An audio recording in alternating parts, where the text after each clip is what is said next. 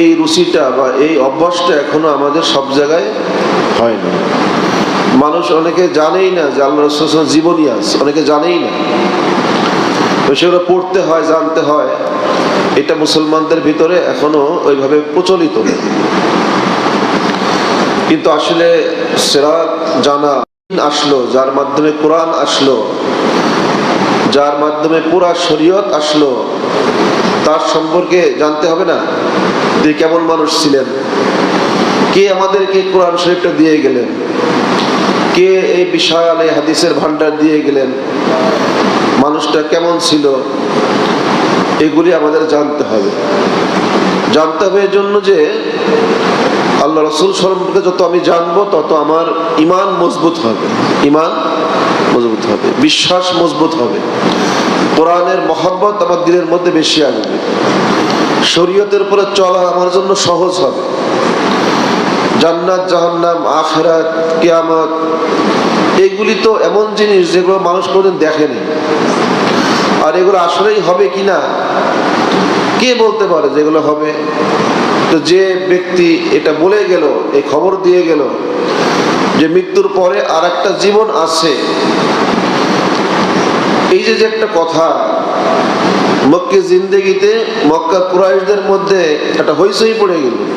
কি বলে মৃত্যুর পরে আবার মানুষ জীবিত হবে?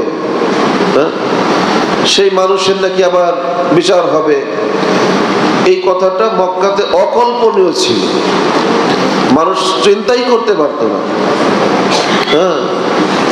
যে মানুষ মারা গেলে হাড্ডি গুড্ডি সব মাটি হয়ে যাবে, সেই মানুষ আবার জীবিত হয় কিভাবে?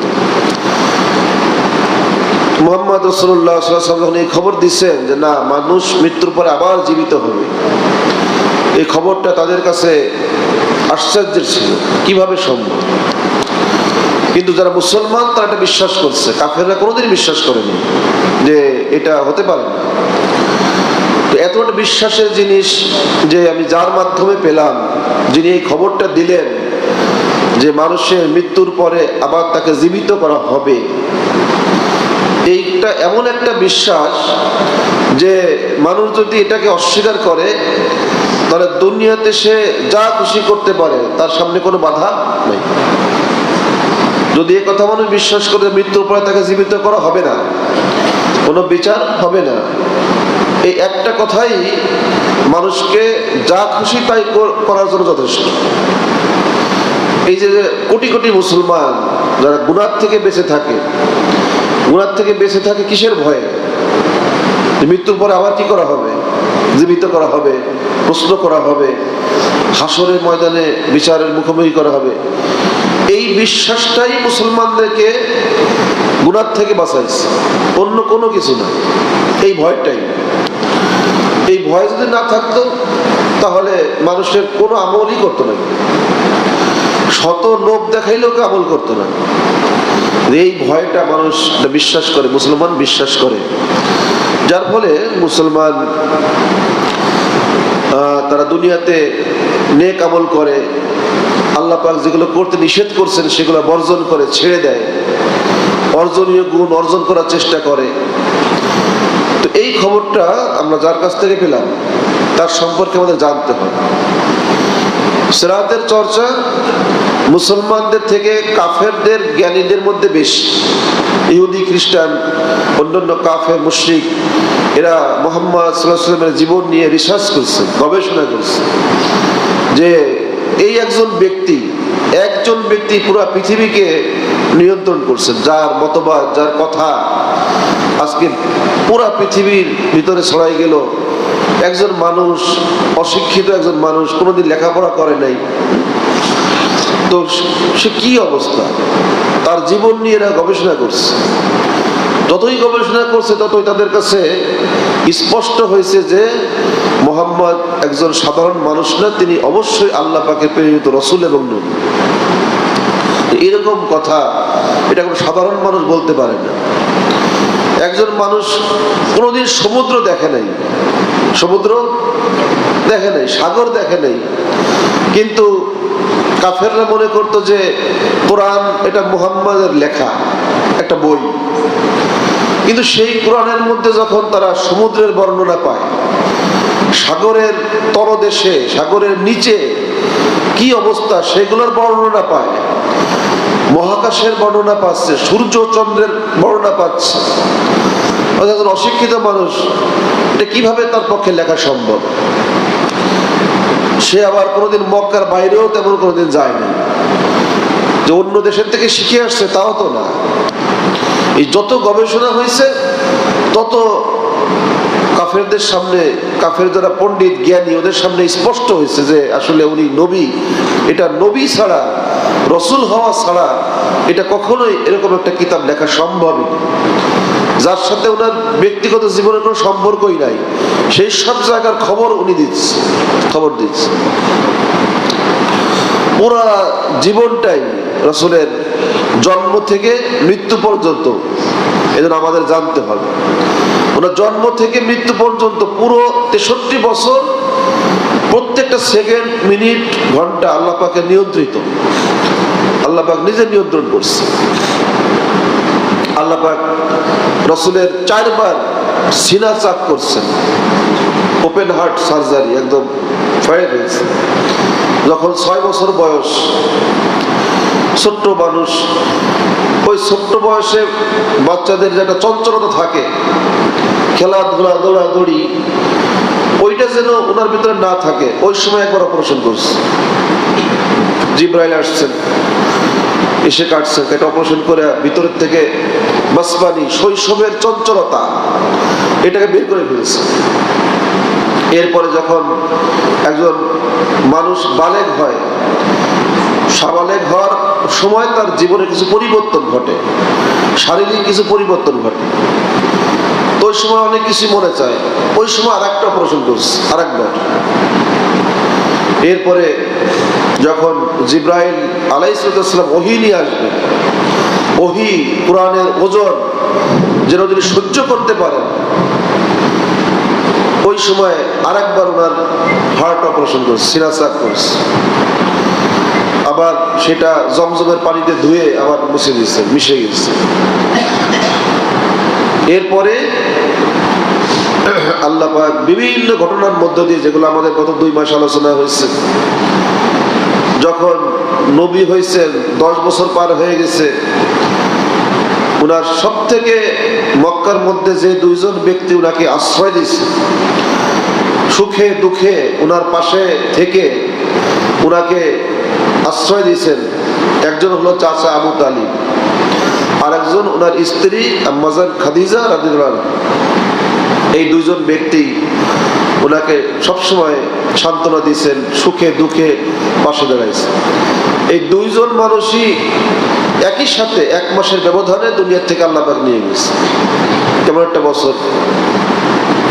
ওই সময় আল্লাহ পাক তাকে সান্ত্বনা দেওয়ার জন্য নিজের কাছে বলছে, বন্ধু এখন তোমাকে আমি আমার কাছে নিয়ে আসবো। সুবহানাল্লাহ। দুনিয়ার মানুষ, পৃথিবীর মানুষ এখন যাবে কোথায়? আল্লাহর আরশে চলে যাবে। ওইটা তো স্বাভাবিক জায়গা না, স্বাভাবিক জায়গা। মানুষের চাঁদে গেল, যারা মহাকাশে যায়, যারা মহাকাশে যায় এরা কি স্বাভাবিক পোশাক পরলে যাওয়া যাবে? ওখানে যাওয়ার একটা আলাদা পোশাক আছে, সেই পোশাক পরে যাইতে। আর এখন উনাকে আল্লাহ পাক আরশে নিয়ে যাবেন।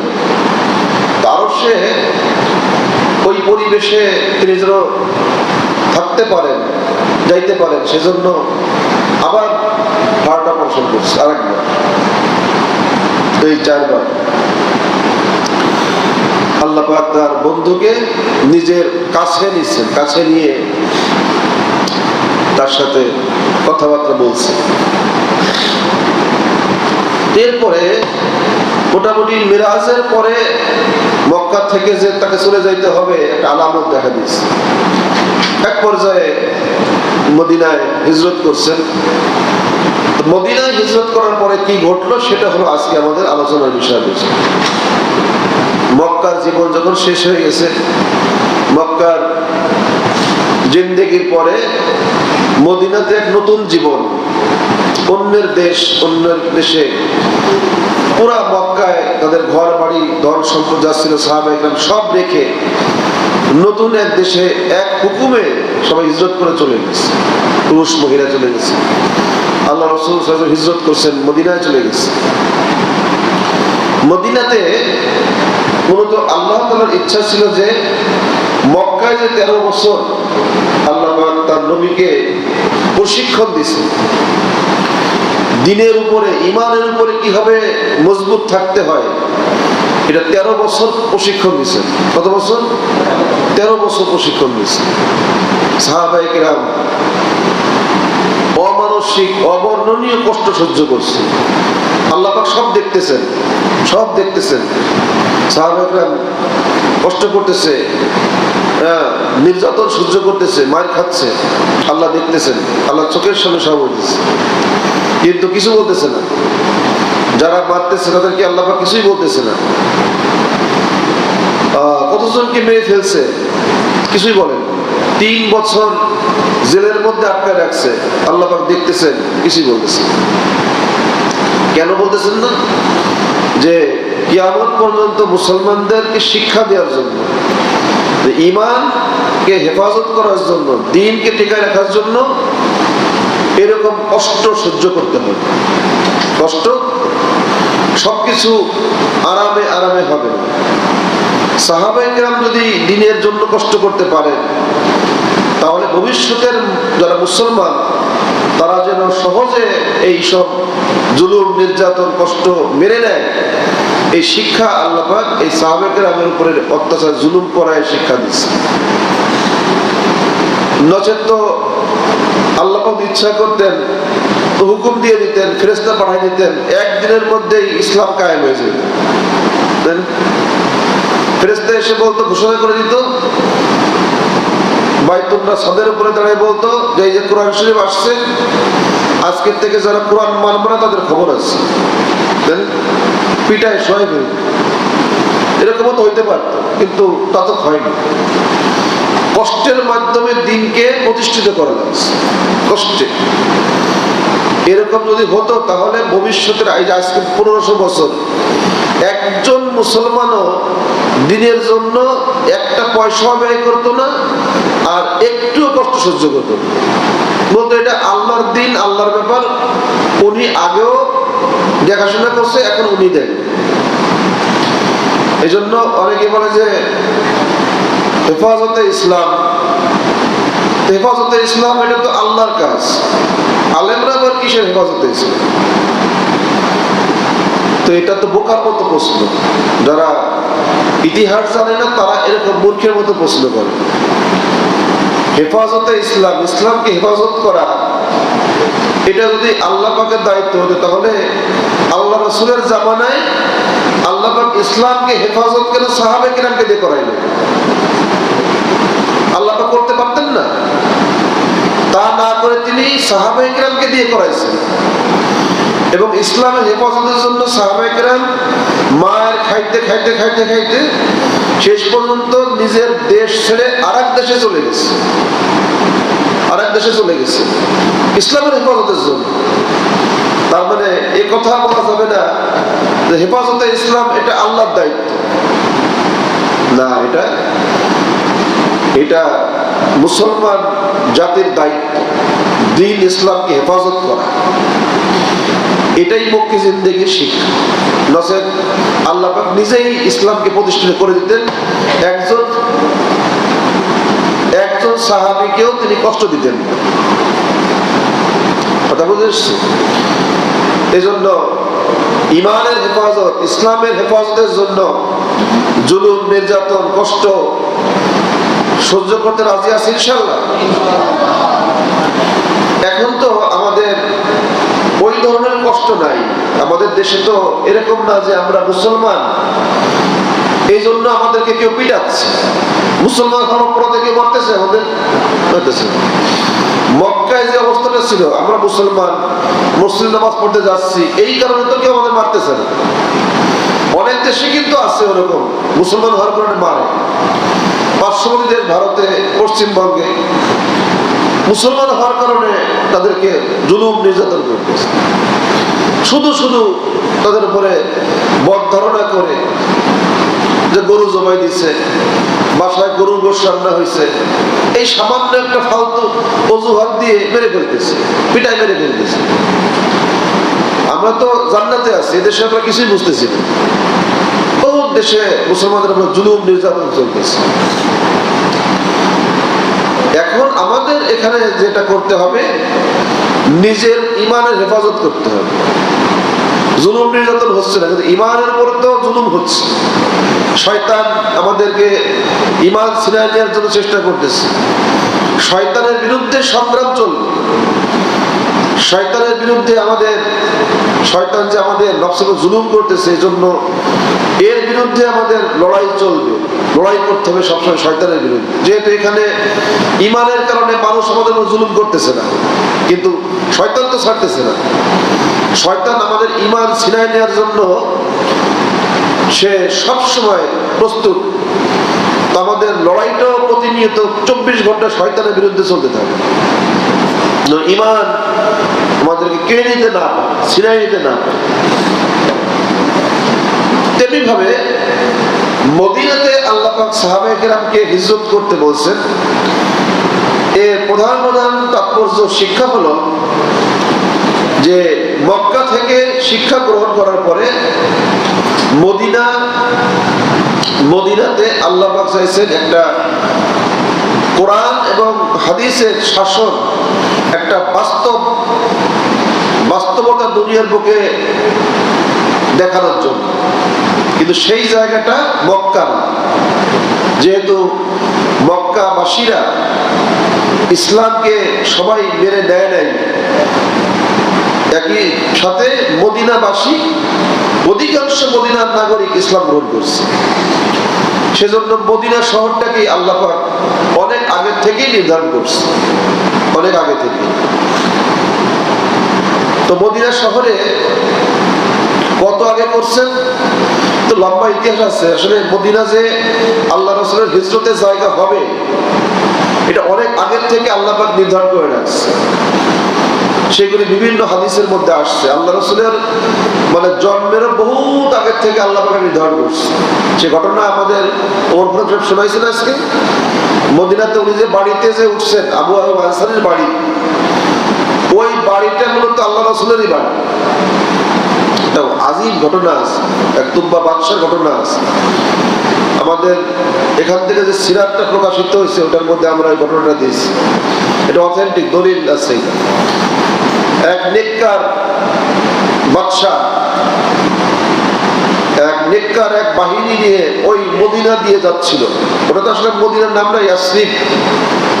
ওই জায়গায় যখন পৌঁছাইছে, তখন ওনার সাথে যে সাধু সন্ন্যাসী যারা ছিল একটা দল, তারা বলছে, বাদশাহ, আমরা এই জায়গা থেকে আমরা নবুয়তের ঘ্রাণ পাচ্ছি।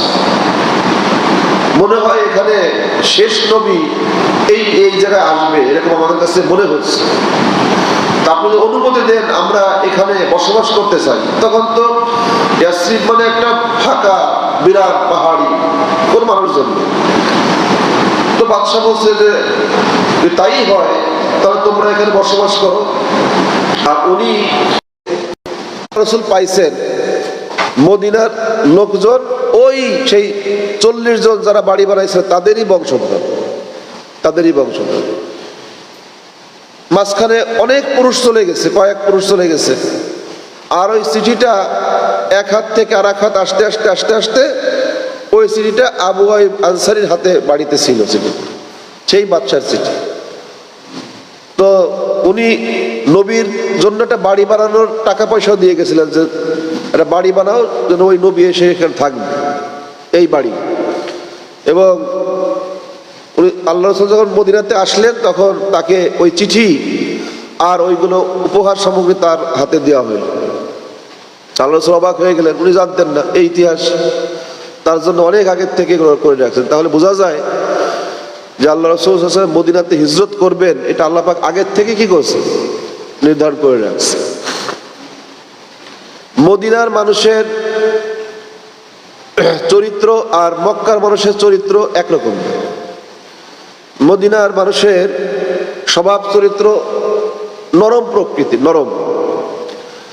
আর মক্কার মানুষের স্বভাব একটু গরম, কড়া প্রকৃতি। তাদের অন্তরের ভিতরে মূর্তি পূজা, মুশরিক মূর্তি পূজার মহব্বত বেশি মক্কা লোকের।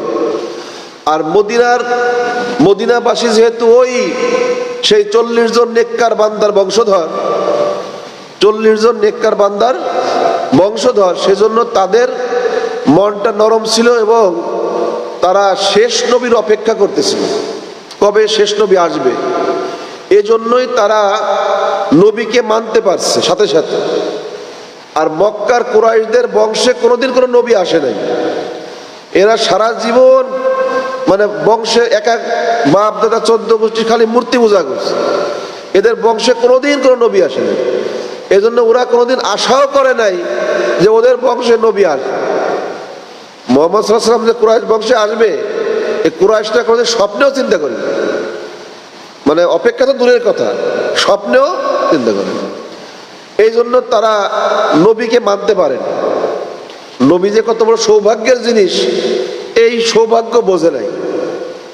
অনেক সময় দেখবেন আমাদের দেশে অনেকের বংশে একজন ভালো আলেম হয়েছে, ওই বংশের লোকজন তারা তেমন একটা কি করে না, মূল্যায়ন করে না।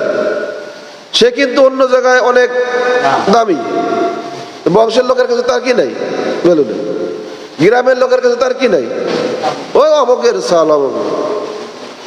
সে যে আলেম, তার অনেক মূল্য অন্য জায়গায়, কিন্তু নিজের গ্রামে কি নাই, তার দাম। এটা হলো আমাদের বাংলাদেশের মানুষের চরিত্র। বাংলাদেশের মানুষরা তাদের নিজস্ব কাউকে মূল্যায়ন করতে পারে না। থানভী রহমতুল্লাহ এই বাংলাদেশে বেড়াইতে আসছিলেন নবাব সলিমুল্লাহ জামানায়। ঢাকা ইউনিভার্সিটি যে জায়গা যে নবাবরা দিচ্ছে আর কি, তাদের জায়গায় ঢাকা ইউনিভার্সিটি হয়েছে। তা উনি যখন সফর করে গেছেন, যার পরে ওনাকে জিজ্ঞেস করছেন বাংলাদেশ কেমন দেখলেন। তো উনি 3টা কথা বলছেন। তার মধ্যে একটা কথা বলছেন যে বাঙ্গাল মুলুকের এদের স্বভাব হলো এরা বিদেশিদেরকে খুব মূল্যায়ন করে, দেশি লোকের মূল্যায়ন করে না। দেশি লোকের বিদেশিদের বাড়ি মূল্যায়ন করে। তা উনি যে বলছেন তার 90-80-90 বছর আগে, এখনো দেখবেন সেই চরিত্র। এই চরিত্র আমাদের হুজুরদেরও আছে। আমরা দেখবেন যে ওই চিটাগাংয়ের থেকে হুজুর ভাড়া করে আনবে ওয়াজ করার জন্য, ঢাকার থেকে ভাড়া করে আনবে। কিন্তু তাদের যে এখানেই দিনের কথা বলার মতো যারা আছে তাদেরকে ভুলেও ডাকবে। এগুলো মাদ্রাসার মধ্যে এই রোগ ঢুকছে, আর দুনিয়ার ভিতর তো ঢুকছেই। বাইরের লোকের মূল্য, ভিতরের লোকের কি নাই মূল্য। তো এইটা ছিল হলো মক্কার কুরাইশ কাফেরদের চরিত্র ছিল। নবী আসছে, তারপরে নবী চিনতেছে না, নবী চিনতেছে না। কিন্তু কোথায় মদিনা, এখন রাস্তাঘাট ভালো হয়ে গেছে, তারপরও বাসে যাইতে 6 ঘন্টা লাগে। কোথায় সে মদিনা, তারা সেখান থেকে মূল্যায়ন করলো নবী। কিন্তু যাদের বাড়িতে জন্ম গেল তারাই কি নাই, তাদের কাছে। তো এই মদিনা থেকে, মদিনার ইতিহাসটাই অধিকাংশ জিহাদের ইতিহাস। মক্কায় মার খাইছে, আর মদিনাতে 1 বছর চুপচাপ ছিলেন।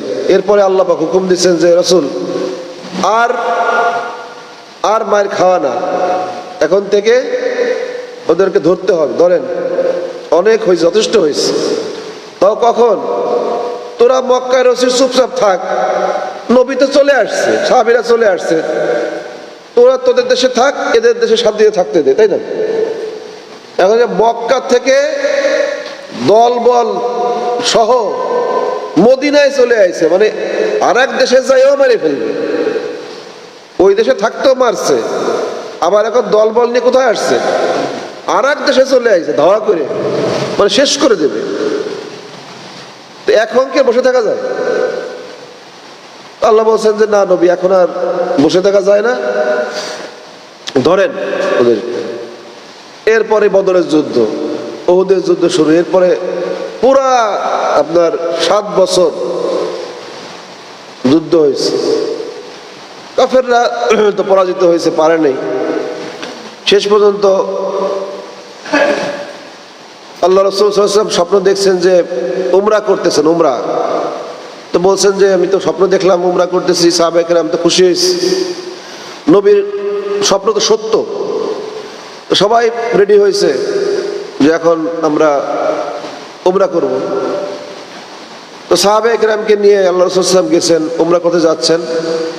মক্কার কাফেররা শুনছে যে মুহাম্মদ আসতেছে, তো ওরা আগেই লোক পাঠাইছে যে এই ব্যবস্থা যেন মক্কার মধ্যে না ঢোকে, সবাইকে হত্যা করা হবে। সাহাবায়ে কেরাম অস্ত্রপাতি তেমন কিছু নেন না, যেহেতু হজে যাচ্ছেন অস্ত্র নেন না। যাওয়ার পরে হুদাইবিয়া নামক একটা জায়গায় রাসূল সাল্লাল্লাহু আলাইহি ওয়াসাল্লাম সাহাবীদেরকে নিয়ে অবস্থান করছে।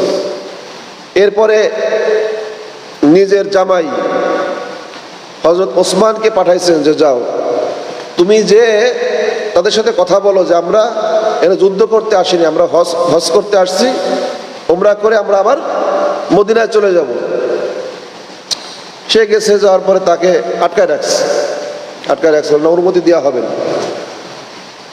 তো যাই হোক, এরপরে খবর আসছে, মুসলমানরা যখন শুনছে যে খবর আসছে একটু বেশি যে ওসমানকে শহীদ করে দিচ্ছে, মারে ফেলছে, আল্লাহ রাসূলের জামাই সবাই সাহাবীরা খুব কষ্ট পাইলেন। আল্লাহ রাসূল সাল্লাল্লাহু আলাইহি ওয়াসাল্লাম হাতে সবাই বায়াত গ্রহণ করছে যে ওসমান হত্যার প্রতিশোধ নেওয়া হবে। এই খবর যখন মক্কায় পৌঁছাইছে ভয় পেয়ে গেছে। যা পরবর্তীতে একটা চুক্তি স্বাক্ষর হয়েছে দুই পক্ষের, যে এই বছর মুসলমানরা হজ না করে বাড়ি চলে যাবে, পরের বছর আসবে। আরো কিছু শর্ত শরাত দিয়ে যদি কেউ মুসলমান মক্কায় মুসলমান হয়, মদিনায় গেলে তাকে ফেরত দিয়ে দিবে, ইত্যাদি ইত্যাদি অনেক কিছু দিয়ে মনে লিখছে। এই চুক্তিটা মুসলমানদের তো বিরাট অপমান হয়েছে, মানে হজ করতে গেছে, এখন এই বছর হজ করতে পারবে না, এখন হজ না করে ফিরে যেতে হবে। সবাই খুব মনে কষ্ট পাইছে। 10 বছরের জন্য এই চুক্তিটা হয়, 10 বছর। তো মুসলমানদের মন খারাপ, তারা যখন ফিরে গেছে পথের মধ্যে এই চুক্তিটাকে আল্লাহ পাক ফাতহুম মুবিন বলছেন, প্রকাশ্য বিজয়। এই সাহাবায়ে কেরাম বুঝতেছে না যে আমরা হেরে গেলাম, আমরা হজ করতে পারলাম না, আল্লাহ পাক এইটাকে বিজয় বলতেছেন, এর কারণ বোঝা গেছে। তো পরবর্তীতে দেখা গেল যে আসলে ওই চুক্তিটা একটা বিশাল বিজয় ছিল, যেহেতু ওই চুক্তির অনুযায়ী কাফেররাও মুসলমানদেরকে মারবে না, মুসলমানরাও কাফেরদেরকে মারবে না, একটা শান্তিপূর্ণ পরিবেশ হয়ে গেল। এই সুযোগে মুসলমানদের সাথে কাফেরদের উঠা বসা বেড়ে গেল। তো মুসলমানদের আখলাক দেখে, আগে তো মিশতে পারতো না, মুসলমানদের আখলাক দেখে অসংখ্য কাফেররা মুসলমান হল। তাহলে এটা বিজয় না? হাজার হাজার কাফেররা মুসলমান হয়ে গেল। আর একটা কাণ্ড হলো, এই চুপচাপ থাকার কারণে মুসলমানরাও বিভিন্নভাবে শক্তিশালী হয়ে গেল, অন্যদিকে নজর দেওয়ার সুযোগ পাইল। কিন্তু শেষ পর্যন্ত এটার কাফেররা এই চুক্তি রক্ষা করতে পারে নাই, তারা আঘাত করছে, মুসলমানদের ষড়যন্ত্র করছে।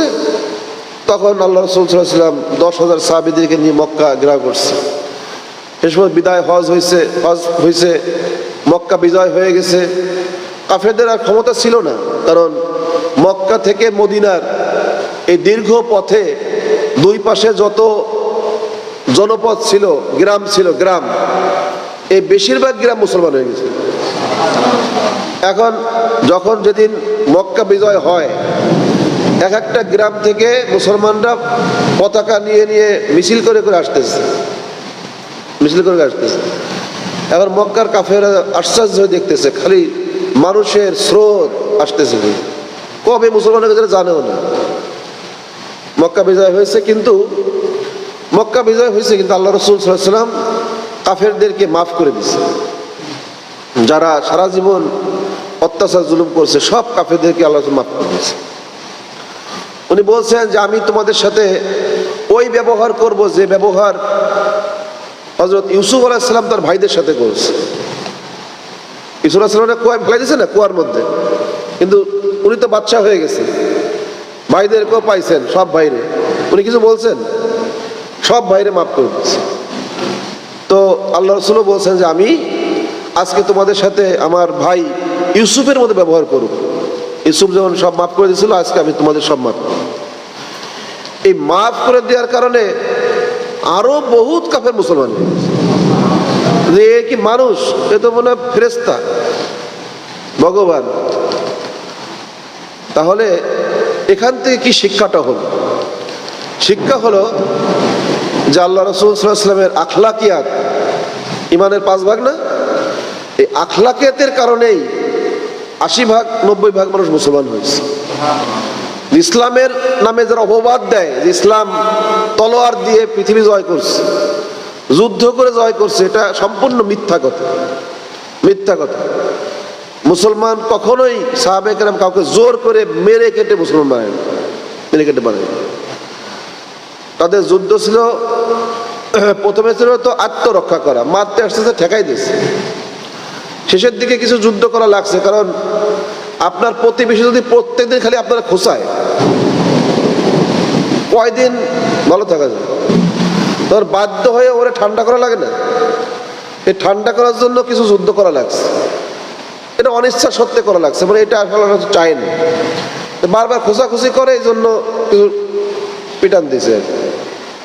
কিন্তু আসলে ইসলাম যে শান্তির ধর্ম, মুসলমানদের আখলাক যে অতি উন্নত, এটা আল্লাহ রাসূল সাল্লাল্লাহু আলাইহি ওয়াসাল্লাম মদিনা জিন্দেগিতে দেখাইছেন। আর ইসলামের খবর, ওই যে চুক্তি হয়েছে, এখন মক্কার আর আক্রমণ করতেছে না, এই সুযোগে আল্লাহ রাসূল সাল্লাল্লাহু আলাইহি ওয়াসাল্লাম ওই জামানার যত বড় বড় বাদশা ছিল আশেপাশে, প্রত্যেকটা বাদশার কাছে ইসলামের দাওয়াত দিয়ে চিঠি দিছে। সাহাবায়ে কেরাম আরব থেকে আরবের বাইরে একদম পারস্য সাম্রাজ্য, রোম সাম্রাজ্য, বড় বড় জায়গায়, বিভিন্ন জায়গায় বাদশাদের কাছে আল্লাহ রাসূল সাল্লাল্লাহু আলাইহি ওয়াসাল্লাম হাতের লেখা চিঠি এইগুলা নিয়ে গেছে, নিয়ে তাদের কাছে পৌঁছায় দিয়েছে। আল্লাহ রাসূল হাতে লিখতে পারতেন না, অন্যরা লিখছেন, ওটা সিল ছিল, ওনার সিল, নামের সিল দিয়ে এগুলা ওনার নামে প্রচারিত হয়েছে। এর দ্বারা তখন দেশি ছিল, দেশি ধর্ম মদিনায়, এখন ইসলাম হয়ে গেল আন্তর্জাতিক ধর্ম, তাই না? ওরা ওই সময়ের অধিকাংশ পৃথিবীর অধিকাংশ জায়গায় ইসলামের দাওয়াত পৌঁছে গেছে। তো অল্প সময়ের ভিতরে 13 বছর মক্কায়, ওদিকে মদিনায় 10 বছরে, 8 বছরের ভিতরে আলহামদুলিল্লাহ ইসলামের প্রচার প্রসার সারা পৃথিবীর মধ্যে ছড়াইছে। বিভিন্ন বিদেশি লোকজন আসছে, দেখা করছেন একদম শেষের দিকে। তো মূলত এই যে মাদানী জীবন আল্লাহ রাসূল সাল্লাল্লাহু আলাইহি ওয়াসাল্লামের, এই জীবনটা ছিল লড়াই, সংগ্রাম এবং ইসলামকে প্রতিষ্ঠা করার জামানা। প্রতিটা পদে পদে, প্রত্যেকটা জায়গার ভিতরে অনেক অনেক শিক্ষণীয় বিষয় আছে। বিশেষ করে সমাজনীতি, সমাজ কিভাবে চালাইতে হবে, দেশ কিভাবে চালাইতে হবে, রাষ্ট্রনীতি, পররাষ্ট্রনীতি, স্বরাষ্ট্রনীতি, যতগুলা আমাদের বর্তমান জামানা এক একটা বিষয়ের উপরে আবার অনার্স মাস্টার্স করে। এই প্রত্যেকটা বিষয় আল্লাহ রাসূল সাল্লাল্লাহু আলাইহি ওয়াসাল্লাম মদিনাতে প্রতিষ্ঠা করেছে। সামাজিক চুক্তি, রাজনৈতিক চুক্তি, রাষ্ট্র কিভাবে চালাইতে হবে, বিচার ব্যবস্থা কিভাবে চলবে, হ্যাঁ, একটা রাষ্ট্রের কাঠামো, যেমন সেনাবাহিনী, শান্তিরক্ষা বাহিনী, পুলিশ, এদিকে সিভিল প্রশাসন মানে ডিসি অফিস যেটা আছে, মেম্বার, চেয়ারম্যান, স্থানীয় প্রশাসন আছে, এই সব মিলিয়ে একটা দেশ চলে। মদিনাতে আল্লাহ রাসূল সাল্লাল্লাহু আলাইহি ওয়াসাল্লাম প্রত্যেকটা বিভাগ প্রতিষ্ঠা করে দেখাইছেন কিভাবে করতে পারে। এমনকি শক্তিশালী, ওই সময় শক্তিশালী গোয়েন্দা বিভাগ ছিল সাহাবায়ে কেরামের। এদের কাজ ছিল বিভিন্ন দেশে যে কাফেরদের তথ্য সংগ্রহ করে এনে এটা আল্লাহর কাছে বলা। অবাক হবেন যে একটা গোয়েন্দা বিভাগ সাহাবায়ে কেরামের। বর্তমান জামানায় যত বিভাগ আছে এমন কোন বিভাগ নাই যে না আছে। আল্লাহ রাসূল সাহাবাকে পরামর্শ দিয়ে বিদেশি ভাষা শেখাইছেন, যেন অন্য দেশের ভাষা বুঝে সেখানে কাজ করতে পারে। এই সব কিছু নমুনা আলহামদুলিল্লাহ আল্লাহ রাসূলের জীবনের মধ্যে আছে। বাংলা ভাষা এখন অনেক ধরনের বই বেরোইছে, মেজর জেনারেল আকবর, ওনার বাড়ি ইন্ডিয়াতে। উনি এই সমর নীতি, যুদ্ধ নীতি, যুদ্ধের উপরে কত কৌশলী ছিলেন আল্লাহ রাসূল সাল্লাল্লাহু আলাইহি ওয়াসাল্লাম, এটার উপরে উনি অনেকগুলো বই লিখছে। বাংলাদেশেও একজন মেজর জেনারেল লেফটেন্যান্ট জেনারেল ইন্দ্রাও অনেক অবাক হয়ে এইসব বই লিখছেন। উনরা তো যুদ্ধে আমরা জানে, ওনারা সেসব বইতে লিখছেন যে আধুনিক যুগে আমরা যে সমস্ত কৌশল অবলম্বন করি, আলহামদুলিল্লাহ 1500 বছর আগে আল্লাহ রাসূল সাল্লাল্লাহু আলাইহি ওয়াসাল্লামের এই সব তার জীবন থেকে পাওয়া যায়। কিভাবে সম্ভব? সুবহানাল্লাহ। একদম আধুনিক একজন সেনাপতির মতো তিনি কাজ করছেন। আর এই মদিনার জীবনে আরেকটা কাজ করছেন ব্যবসা নীতি। মানুষকে ব্যবসা করবে, কিভাবে চাকরি করবে, প্রত্যেকটা জায়গায় আল্লাহ রাসূল সাল্লাল্লাহু আলাইহি ওয়াসাল্লাম এগুলা নিয়ম নীতি সব ঠিক করে দিয়েছে, সব ঠিক করে দিয়েছে। শ্রমিক কিভাবে মালিকের সাথে আচরণ করবে, মালিক শ্রমিকের সাথে আচরণ করবে, এগুলি সব নীতিমালা ঠিক করছে। রাষ্ট্রের দায়িত্ব তাদের হাতে থাকবে, তারা রাষ্ট্র কিভাবে চালাবে, কি আচরণ তাদের হবে, এগুলি সব ঠিক করছে। তার মানে হলো মক্কি জিন্দেগিতে আল্লাহ রাসূল সাল্লাল্লাহু আলাইহি ওয়াসাল্লাম বেশি কাজ করতে, মানে বেশি এই ধরনের কাজ করতে সুযোগ পাননি। তখন তো শুধু মায়ের সামলাইছেন, তাই না? মক্কা 13 বছর কি সামলাইছে? খালি মায়ের সামলাইছে আর খালি কলেমার দাওয়াত দিয়েছে। কিন্তু ইসলামের পুরা শিক্ষা বিভাগ, সমস্ত শাখার এইগুলি সব মাদানী জিন্দেগিতে হয়েছে এবং সেগুলোকে বাস্তবে পরিণত করে দেখাইছে, প্রত্যেক বিভাগ দেখাইছে। এই জন্য ইসলামী কান্ট্রি, ইসলামী দেশ যদি প্রতিষ্ঠা করতে হয় তাহলে মাদানী জীবনের ভূমিকা সব থেকে বেশি থাকবে। এইগুলি সব মদিনা জীবনে আসছে। আল্লাহ রাসূল সাল্লাল্লাহু আলাইহি ওয়াসাল্লাম যেখানে যেখানে হাত দিয়েছেন, যে সব জায়গায় হাত দিয়েছেন, প্রত্যেক জায়গায় তিনি সফল। একটা জায়গায় এই 1400 বছর যারা ইসলামকে দুনিয়া থেকে মিটাই দিতে চায়, যারা ইসলামকে দুনিয়া থেকে ধ্বংস করতে চায়, তারা 1400 বছর ধরে চেষ্টা করতেছে, এখনো চেষ্টা করতেছে কিভাবে ইসলামকে মিটাবে। কিন্তু এখনো পর্যন্ত মুহাম্মদ সাল্লাল্লাহু আলাইহি ওয়াসাল্লামের একটা ভুল তারা বাইর করতে পারে না। সুবহানাল্লাহ বলেন। নবীর জীবনে এতটা সুসংবাদ শুনে বসে থাকেন, একটা ভুল তারা বের করতে পারে নাই। 1447 বছর চলে যাচ্ছে, একটা ভুল বের করতে পারে না। আশ্চর্য মানুষ, একটা ভুল নাই, এরা হয়রান। আল্লাহ রাসূল সাল্লাল্লাহু আলাইহি ওয়াসাল্লামের জীবনে কোনো ব্যর্থতা নাই, কি নাই, কোনো ব্যর্থতা নাই। যেখানে হাত দিয়েছেন সেখানেই সফল। তিনি স্বামী হিসেবে সফল, বাবা হিসাবে সফল, হ্যাঁ, নেতা হিসাবে সফল, দেশের প্রেসিডেন্ট হিসাবে সফল, যুদ্ধের সেনাপতি হিসাবে সফল, দয়ালু একজন মানুষকে আশ্রয়দাতা হিসাবে সফল, প্রতিটা জায়গায়। আর নবী হিসাবে তো অবশ্যই সফল, এটা বিশ্বাসই করতে হবে।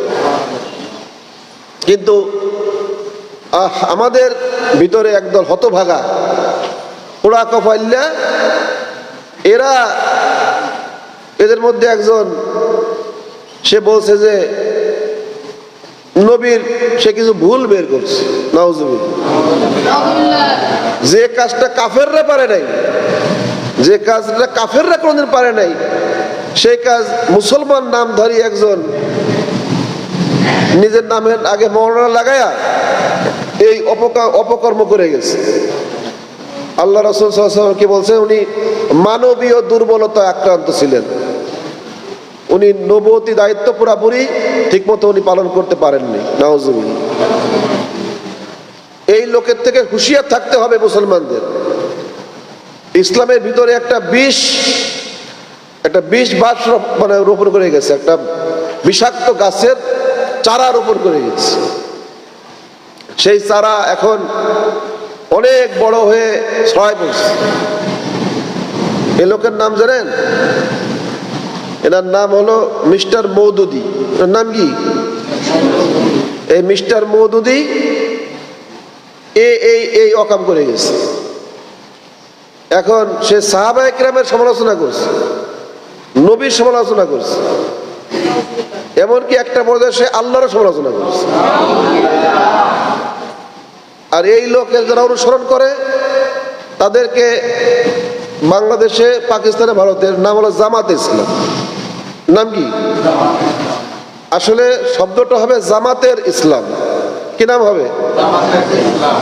জামাতের, মানে ওই ইসলামটা ওই জামাতের, ওদের ইসলাম, ওটা মুহাম্মদ সাল্লাল্লাহু আলাইহি ওয়াসাল্লামের ইসলাম না।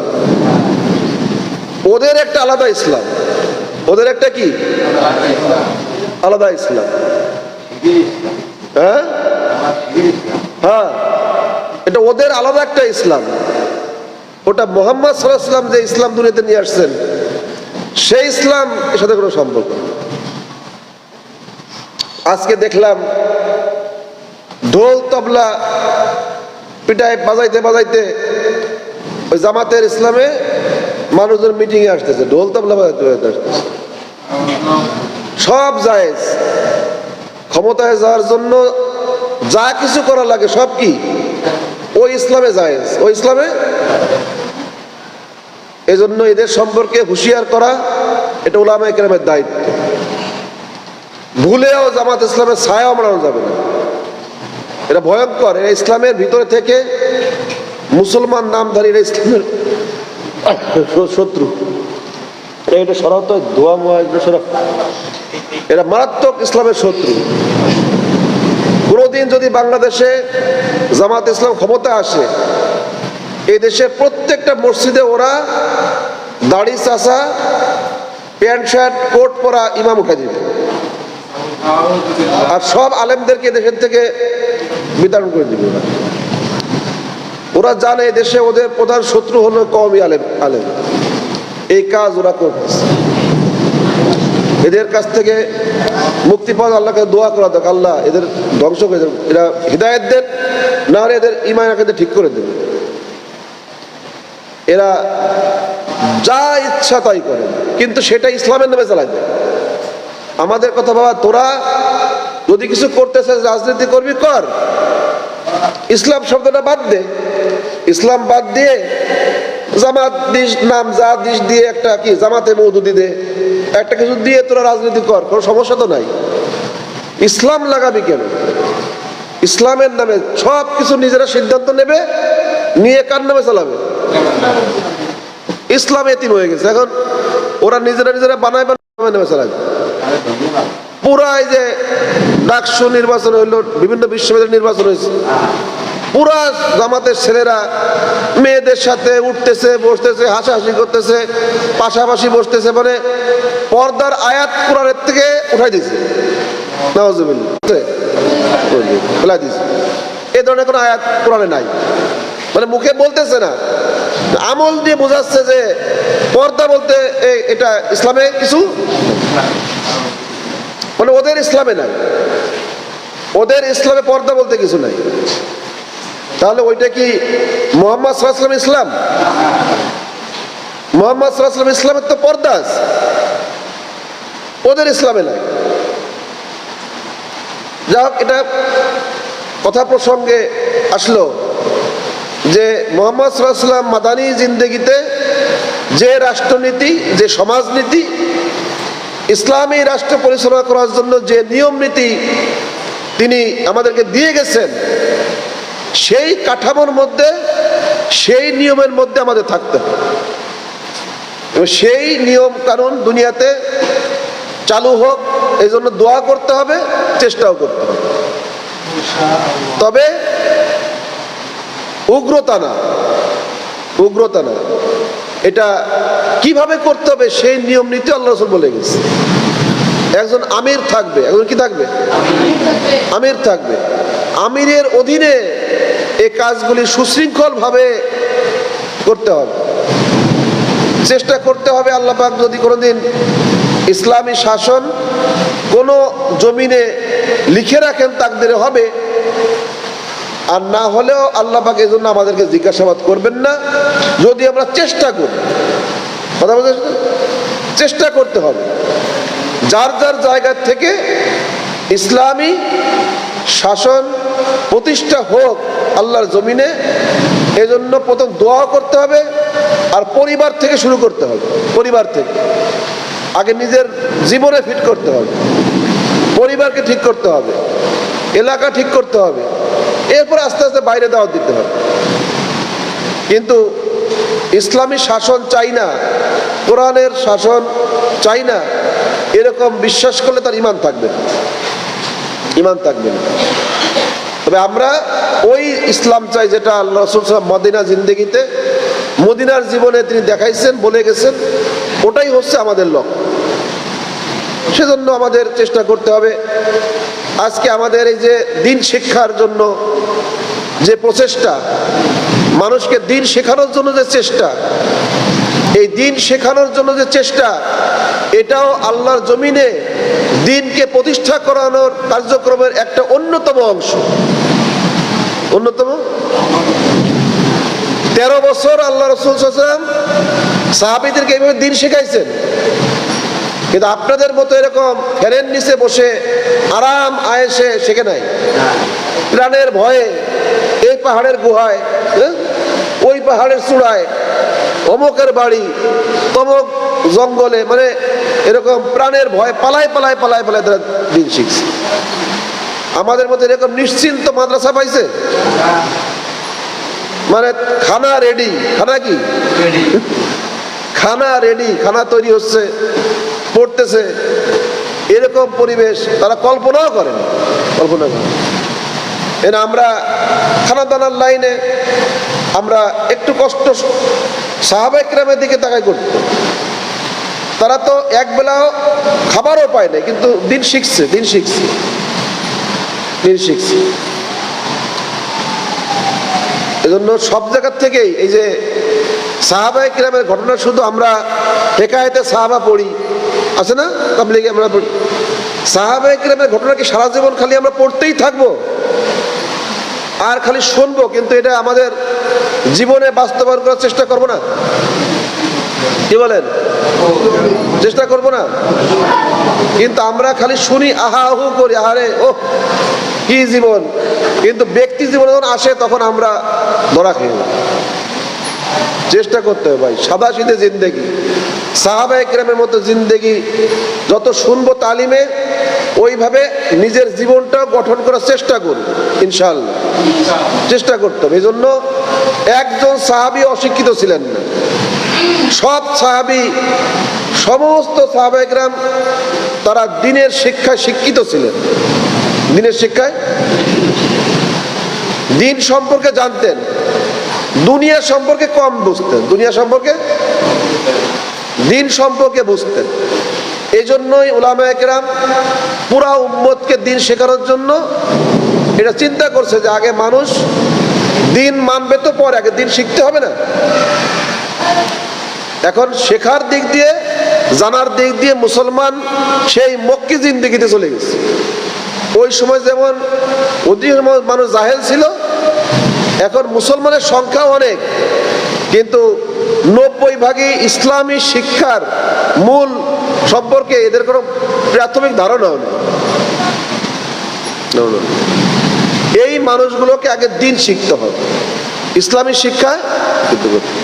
সেজন্য আলহামদুলিল্লাহ আমাদের প্রয়াস, আমরা অল্পের ভিতরে আল্লাহ যতটুকু তৌফিক দেয়, পুরা দিনকে একটু সহজ করে, শর্টকাট করে, যেটা না জানলেই নয় এতটুকু পরিমাণ করে আমরা একটা চেষ্টা করতেছি।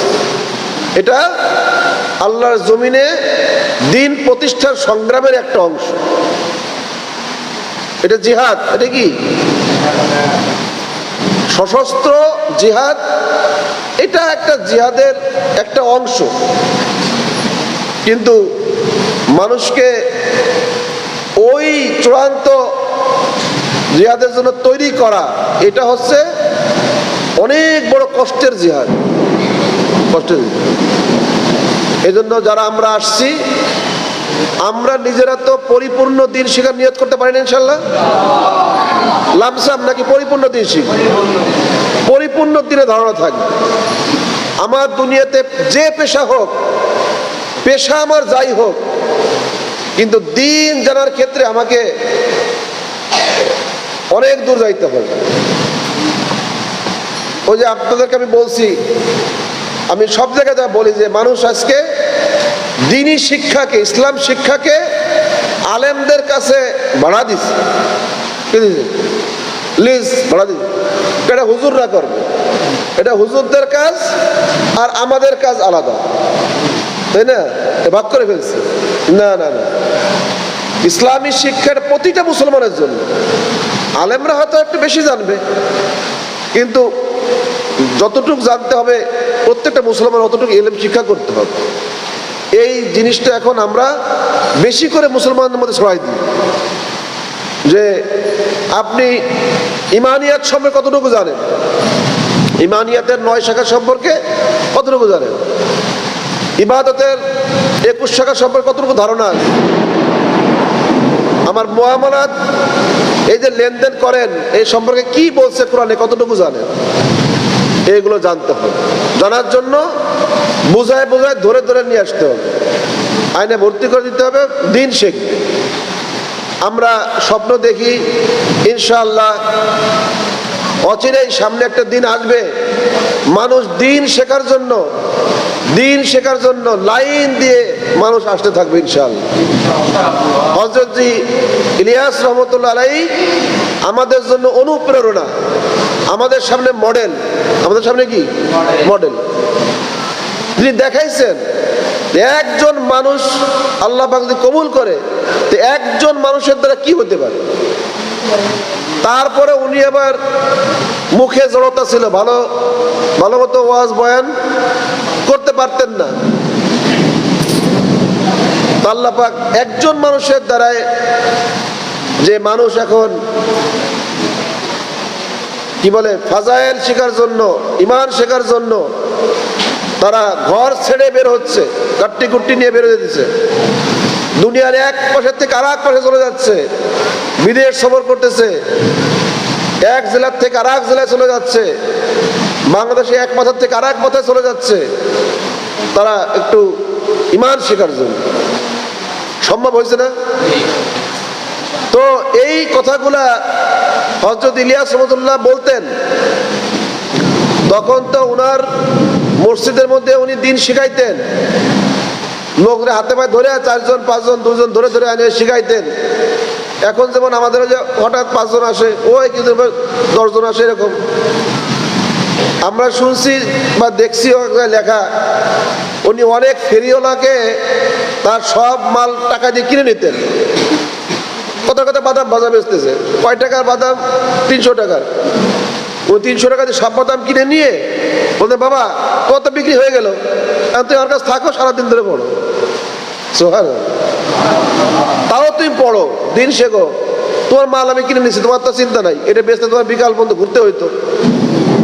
এইভাবে অনেকে ফেরিওয়ালার মাল কিনে তাদেরকে খাওয়ায় বসে বসে পড়াইছে। তাবলীগের এই কাজ আরামে আরামে এই পর্যন্ত আসে নাই, বহুত কষ্ট, বহুত কোরবানি।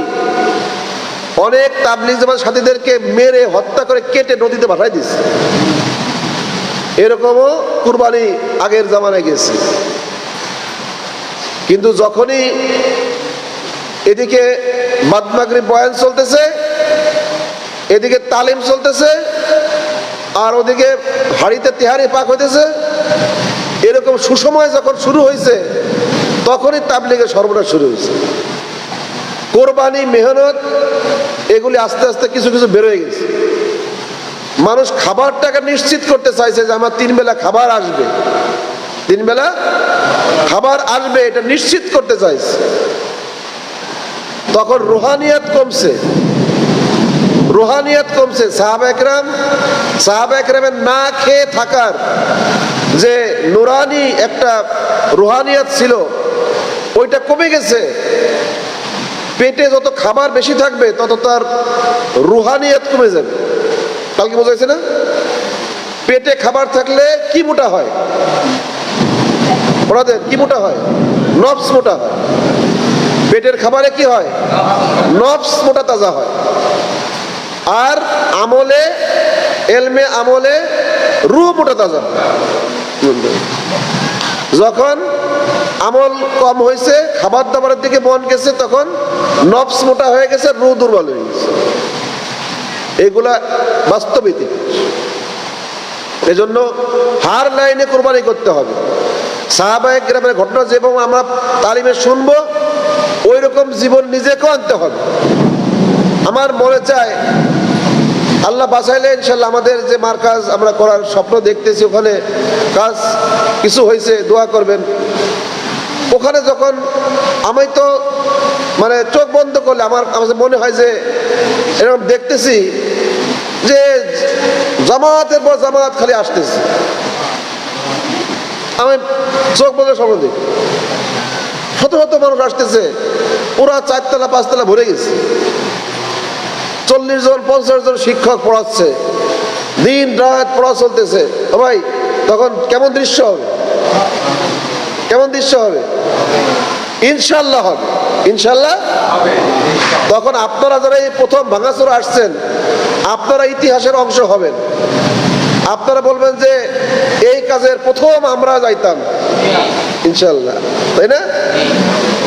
বলতে আপনাদের নাতিপুতিরা বলবে যে আমার দাদা কাছে শুনছি, আমার দাদা প্রথম গেছিল ওই জায়গায়, ইনশাল্লাহ।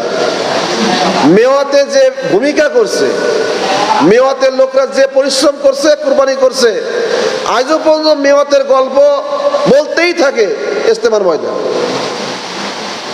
এই প্রাথমিক অবস্থায়, ভাঙাচোরা অবস্থায় যারা এই দিন শিক্ষার কাজের মধ্যে আসবে, ইনশাল্লাহ তারা দেখবে যে এই একটা আন্দোলন।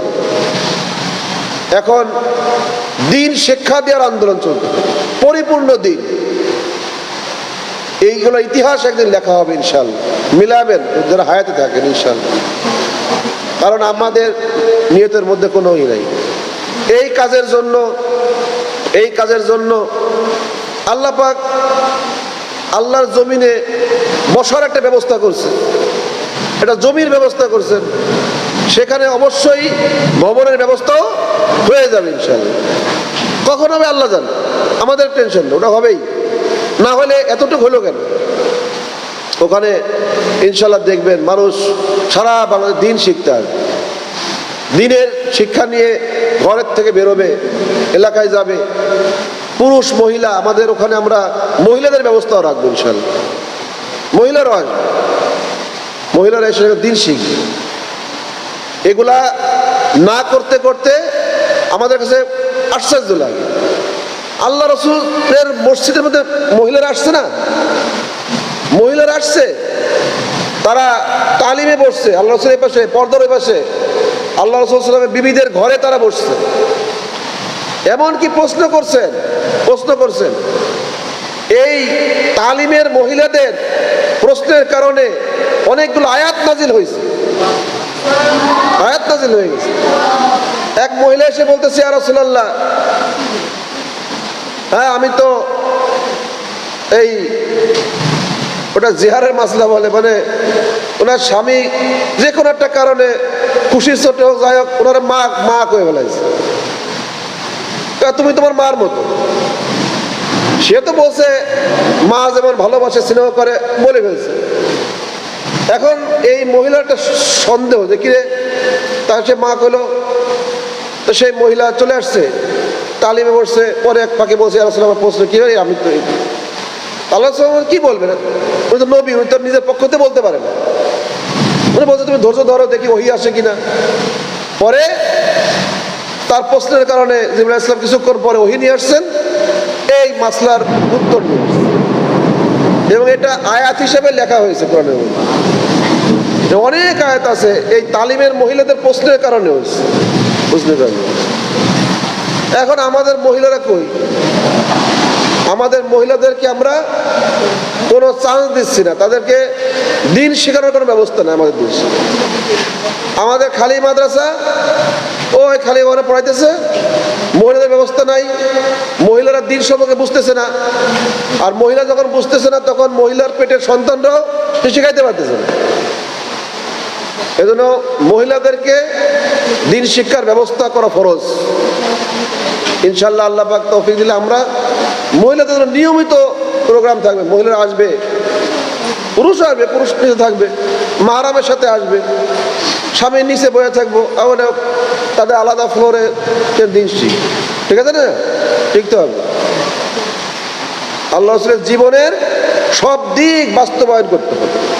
অনেক কিছু দুনিয়ার থেকে মিটে যাচ্ছে, এগুলো না বলতে বলতে এই হাদিসগুলি আলোচনাই হয় না। অনেক মসজিদ নববীর রুটিন আমল এগুলা নাই নাই, এর পরিবর্তে দেশি মাল চলতেছে, দেশি মাল চলতেছে। এগুলা সঠিক সহিহ দ্বীন, সঠিক সুন্নতি তরিকা, এগুলা আমাদের সামনে আনতে হবে ইনশাআল্লাহ। আল্লাহ পাক আপনাদেরকে কবুল করেন। এই কাজ নিজের মধ্যে রাখলে হবে না। ফাজালে আমালে কাজ যেমন চলতেছে, ওটাকে জিন্দা রেখে পরিপূর্ণ দিন শিক্ষার আন্দোলন একই সাথে চালাইতে হবে। মানুষকে তাশকিল করে আগে তাবলিগে পাঠাবেন, কারণ ওখান থেকে কিছু ঘুরে আসলে আমাদের সুবিধা হয়। একদম দিন কিছুই বোঝে না, ইমানের কোনো মহব্বত নাই, কিচ্ছু জানে না, তাদেরকে শেখাইতে একটু কঠিন, তাই না? এটা হলো এটা মাথায় আমার আগে ছিল না। আমি ইদানিং বুঝতেছি যারা 6 নম্বর শিখে আসছে এরা যত সহজে আমাদের জিনিস ক্যাচ করতে পারতেছে, তাই না? যারা তাবলিগের জীবনে যায় নাই এরা এত সহজে পারতেছে না। তাহলে এটা একটা একই সাথে দুইটা কাজ, মানে যারা প্রাথমিক তাদেরকে তাশকিল করে, ভাই আগে ওখানে কিছু সময় লাগাও, 3 দিন লাগাও, 3 দিন লাগাও, ঘুরে আসো। এখন ঘুরে আসার পরে তোমার কেমন লাগতেছে? বলে আমার তো মুখ ফেটে কান্না আসতেছে, জীবনে কিছুই পারলাম না, এখন কিভাবে নামাজ পড়বো? আমার তো এখন নামাজ পড়তে মনে চাচ্ছে, দিন মানতে মনে চাচ্ছে। আমি চিল্লা যাওয়ার পরে আমার কাছে দিন মানতে মনে চাচ্ছে, এখন কি করব?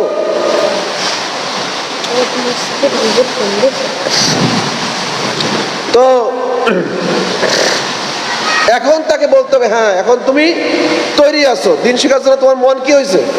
তৈরি হয়েছে, তাড়াতাড়ি যাও ওই দিন শিক্ষা কেন্দ্রে, যে ওখানে যে একসিলাম ব্যাস, সে আসবে। তাবলিগের কাজ যেখানে শেষ হয়েছে ওই জায়গার থেকে আমরা শুরু করব, তারপরের থেকে আমাদের কাজ শুরু হবে। ব্যাস তাকে ধরে, হ্যাঁ ভাই কালেমা শিখছেন, নামাজ শিখছেন, এলম জিকিরের কথা শুনছেন, ইকরামুল মুসলিমিন শুনছেন, সহিহ নিয়ত তাবলিগ, এখন দেখেন এগুলা কয় প্রকার, কিভাবে এগুলো বাস্তবায়ন করা যায় এখন শিখ, সহজ আছে না? এজন্য আমাদের দুইটা কাজই, এই দুইটা কাজ একই সাথে সমন্বয় করে এই কাজকে আগে বাড়াইতে হবে।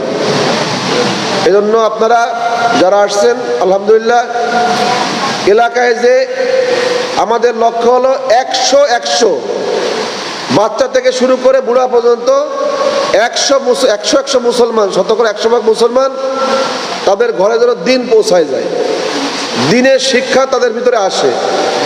এই জন্য যারা আসছেন আপনাদের এখন কিন্তু এখান থেকে যাওয়ার পরে কি টার্গেট বলেন?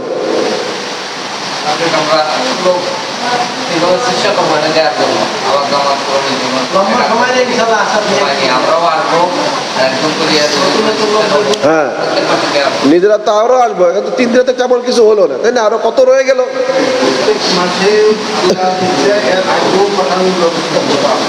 ইনশাআল্লাহ সেজন্য আপনারা তরতিব করতে পারেন। মনে করেন এই মাসে যারা এখানে আসছেন, এই জামাতটা চলে যাবে পরের মাসে তাবলিগে, কিন্তু যাওয়ার আগে নতুন 14 জন এখানে পাঠাই যাবে, তাই না? এই 14 জন চলে যাবে তাবলিগে, নতুন 14 জন এখানে পাঠাই দিয়ে যাবে যাওয়ার সময়, ওখানে যাও তাবলিগ যাবে। পরের মাসে ওরা আবার তাবলিগে যাবে, আবার এই জামাত এখানে চলে আসবে, নতুন লোকরা তাশকিল করবে ইনশাআল্লাহ, ঠিক আছে না? এই সম্পদ থেকে কাউকে মাহরুম করা যাবে না, এই দিনের এই সম্পদ থেকে কাউকে বঞ্চিত করা যাবে না। নিজেদের সন্তানদেরকে পাঠান, নিজের ঘর আগে ঠিক করেন, যাদের সন্তানের বয়স 10 বছর বা তার উপরে, 10 বা তার উপরে, এইসব সন্তানদের জামাত পাঠান। খালি বুড়া তাশকিল করবেন না, 10-এর উপরে যত বাচ্চা আছে এগুলা পাঠাই দেন, বয়স্ক দু একজন আসেন, নওজোয়ান, আসার সময় এলাকার ছেলেদেরকে নিয়ে আসেন, 8-10 জন নিয়ে আসেন, ইনশাল্লাহ। আমরা চাই যে আমাদের ছেলেরা 6, 7, 8, 9-এ পড়বে, হাই স্কুলে পড়বে, কলেজে পড়বে, কিন্তু দিনের জ্ঞানের ক্ষেত্রে তারা 1 নম্বর হবে, ইনশাল্লাহ। তবে স্কুল কলেজে পড়লে দিনের জ্ঞান অর্জন করা যাবে না, এরকম কথা আছে। এটাও শিখবে, কোরআন তেলাওয়াত করবে সুন্দর করে, এদের দ্বারা আবার স্কুল কলেজে অনেক কাজ হবে, অনেক কাজ।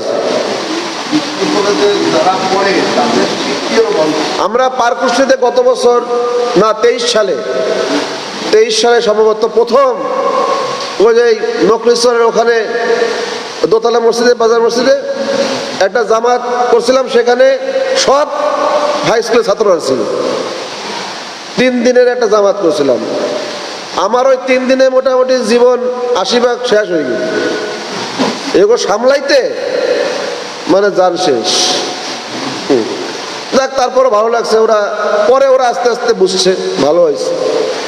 তা আমরা চাচ্ছি যে এই ছাত্রদেরকে পাঠান এলাকায়, 10, 15, 16, 18 বছরের বয়স, এদেরকে বুঝায় এখানে পাঠান। আমরা প্রাথমিক শিক্ষাটা এদেরকে দিয়ে, তাই না? সাথে অন্যরাও আসবে ইনশাল্লাহ, সব তবকার ছাত্র, যুবক, পেশাজীবী, বেকার, অবসরপ্রাপ্ত, ঠিক আছে না? সবাইকে বোঝান, দিন শেখেন ইনশাল্লাহ। এই কাজ নিয়ে আমরা এগিয়ে যাচ্ছি। আমরাও আপনাদের জন্য দোয়া করি। আর আমাদের যতগুলি কার্যক্রম আছে সবগুলি এইটারই অংশ। এই যে আমাদের প্রত্যেক শনিবারে আমরা এখানে সেমিনার করি, আমরা জাতির সামনে কিছু দেওয়ার চেষ্টা করতেছি। গতানুগতিক কাজ আমরা করতেছি না। আমাদের যারা এখানে ছাত্ররা লেখাপড়া করে, ছাত্রদেরকেও আমরা পরিষ্কার বলছি, ছাত্রদের গার্ডিয়ানদেরকে আমরা বলি, ওদেরকে আমরা শিখাইছি, যদি তোমরা হাফেজ হইতে চাও, শুধু হাফেজ হইতে চাও, তাহলে অন্য মাদ্রাসায় তাড়াতাড়ি চলে যাও। আমরা এখানে কিছু সাহাবায়ে কেরামের নমুনায় নেককার মানুষ বানাবো। কি বানাবো? কিন্তু নেককার মানুষ বানাবো। এই গাড়িতে যারা উঠবে তারা এই নিয়ত করে উঠবে। আর যদি কয় না আমার দরকার না, আমার ছেলেটা হাফেজ হলেই হবে, আমার এত কিছু দরকার নেই, তাড়াতাড়ি তার ছেলেকে নিয়ে অন্য গাড়িতে উঠাবে। এই কাউন্টারতে সরবে। এখানে থাকলে আমাদের নিয়মের মধ্যে থাকতে হবে, এবং আমরা কিছু মানুষ বানানোর চেষ্টা করতেছি। কিছু মানুষ এখান থেকে আমরা বের করার চেষ্টা করি, যারা এই দিন শিক্ষার মিশন নিয়ে, প্রত্যেকটা মুসলমানকে দিন শিক্ষার মিশন নিয়ে যারা দেশে দেশে সহায় পড়বে, এই দেশে কাজ করবে। সামনে যখন আমাদের 5 তলা ভবন হবে, তখন আমার 30 জন শিক্ষক লাগবে। শিক্ষক কোত্থেকে আসবে?